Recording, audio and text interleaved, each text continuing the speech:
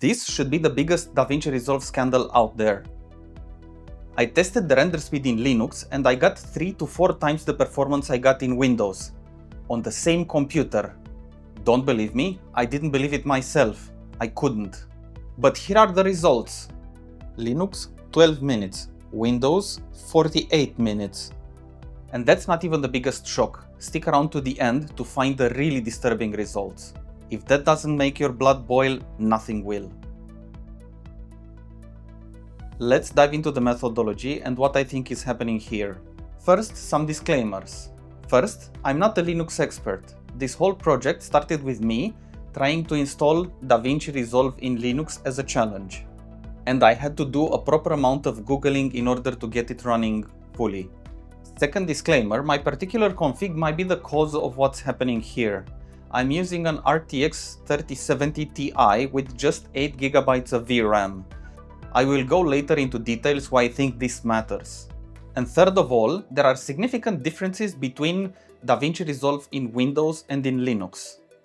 In Windows, you can export audio with either AAC or PCM encoding, but in DaVinci Resolve for Linux, you can only export in FLAC. Correction. In Windows, for the YouTube profile, you have AAC, and in Linux, for the same profile, you only get FLAC. If you render using one of the H.264 or H.265 masters, in Windows, you have PCM, AAC, or MP3, and in Linux, you only have PCM or MP3. For this reason especially, I kept the testing to video only and I excluded any audio encoding. So how did I stumble into this? I wanted to install DaVinci Resolve in Linux as a personal challenge. Once I got it started, I threw in a video from my Panasonic Lumix S9 camera. It was an open gate video 6.5K shot in Vlog. Particularly, scrubbing through the video felt much snappier than in Windows. And not closely, but by a lot. That's when I decided to do this test. I also ran into a very particular issue with the NVIDIA driver, but that's also something that we will touch on later. Okay, so how did I test the performance?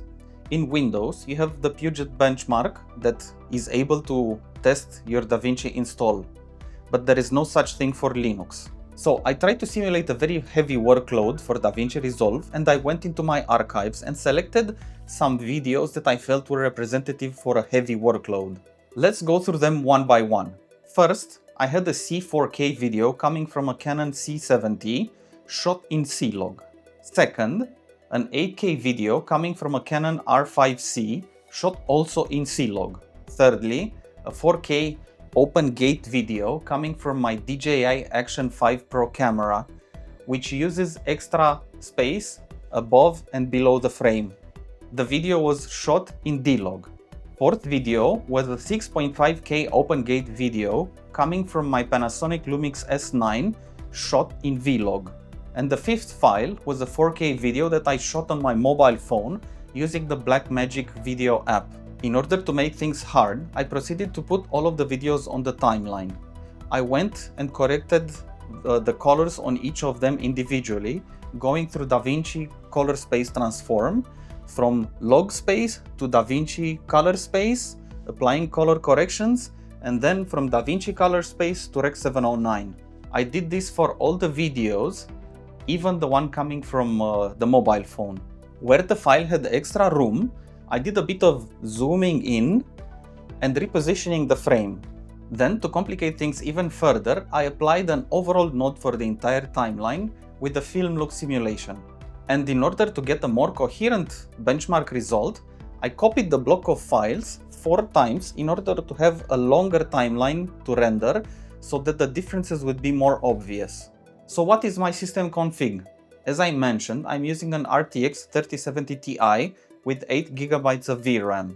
The processor is a Ryzen 7 5800X. I'm using 32GB of memory, which are PC 3200. Windows 11 is installed on an NVMe SSD, and the Linux installation was done on a SATA SSD. So technically Windows should have the upper leg here. So in all aspects, you should expect the same performance since we are using the same hardware platform with only one slight change for storage. Windows 11 is the typical setup. It's just installed, put on DaVinci Resolve, and I have done no debloating on it. For Linux, I have created a fresh install of Rocky Linux version 10, and then I applied the latest NVIDIA drivers. Then I installed DaVinci Resolve Studio. An important thing to mention here is that both Windows and Linux are using the same version of NVIDIA driver, the 591 version. Correction, in Windows I'm using driver 591 and in Linux it's 590. Okay, how did I run the benchmark? The eagle-eyed among you have noticed that there's a mismatch for frame rates between all the video files. So I decided to do an extra complication in the process and I set the timeline to 24 FPS. None of the source footage is using that frame rate. Also, to cancel the mentioned difference between how DaVinci Resolve handles audio in Windows and Linux, I decided to render strictly the video file and purposely excluded the audio rendering. So I created two exports. I started from the H.264 and H.265 master. I left everything to defaults and just removed the audio option. And then I let both tasks run in sequence.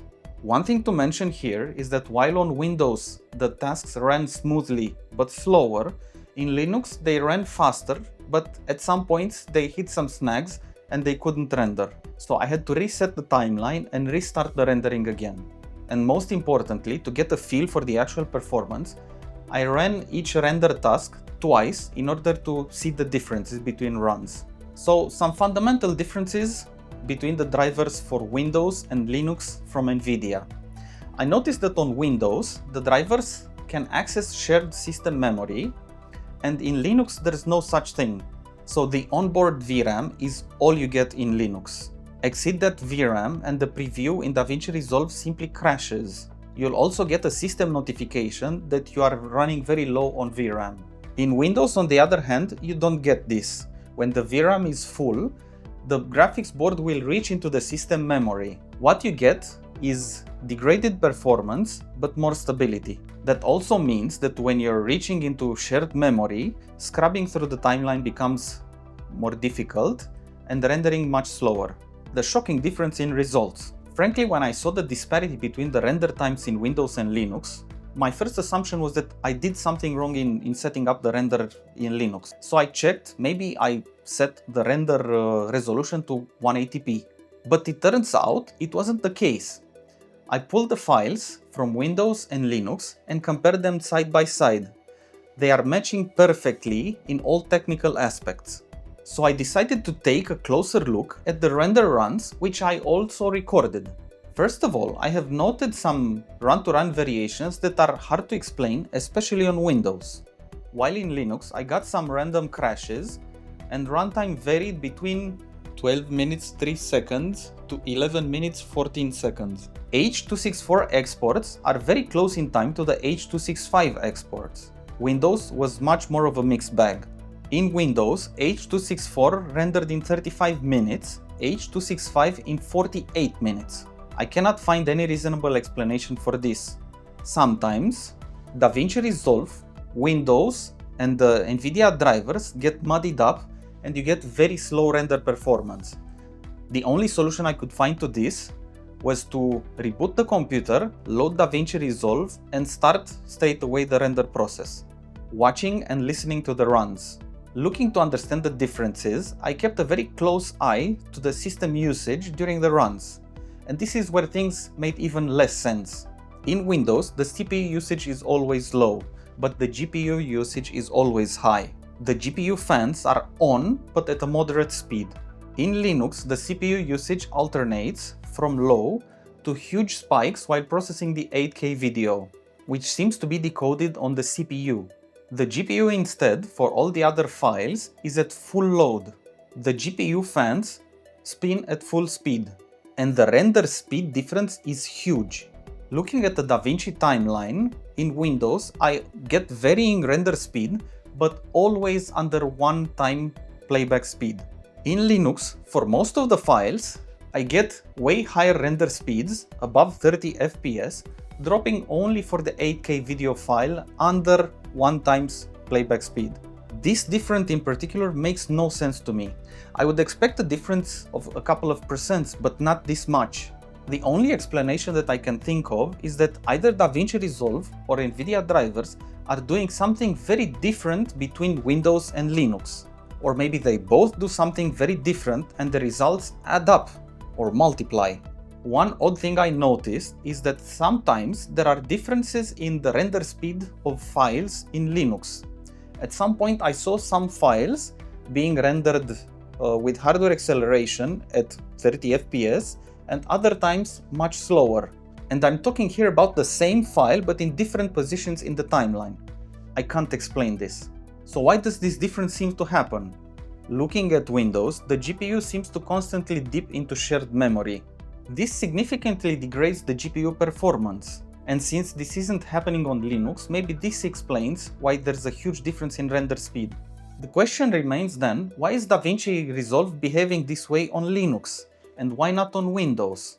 Is this a result of poor optimization? Is there another reason for this? There's no way for me to tell. I'm certainly open for speculation and discussion down in the comments.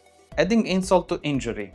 Confronted with these ridiculous results, I decided to do another test, the original one that I had in mind.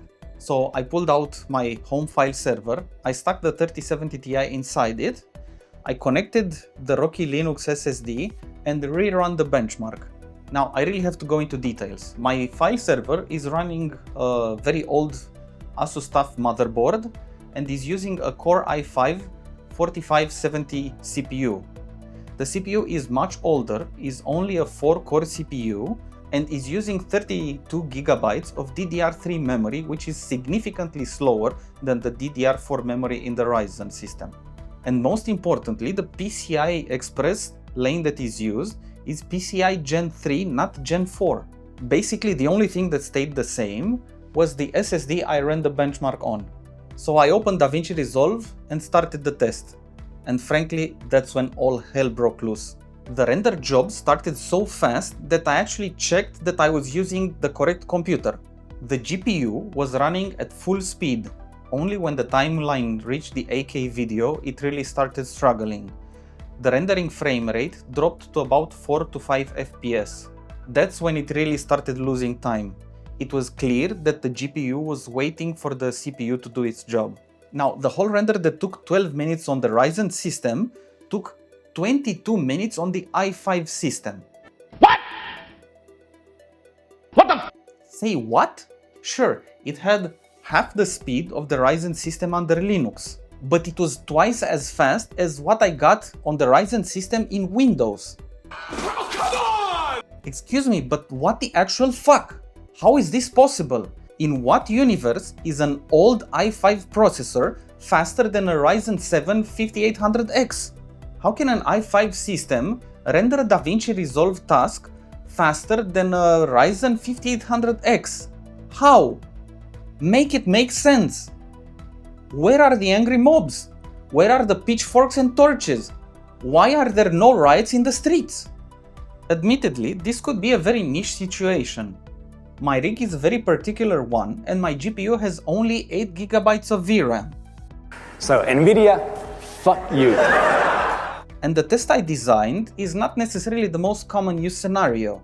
It is for me. If you work with run-of-the-mill 4K videos, maybe the differences wouldn't be so big. Maybe I'll check this. But the performance difference on the same system between Windows and Linux makes no sense. How badly optimized can things be? 3 to 4 times as badly optimized?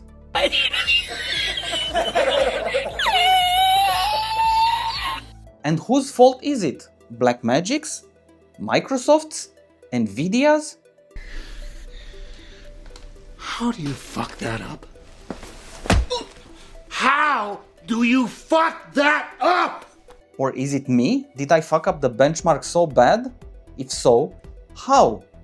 I'm really curious to hear your opinions. Let me know in the comments. What makes even less sense is the performance gap between the Ryzen on Windows and the Core i5 on Linux. It's a 12-year processor, for fuck's sake, it's just...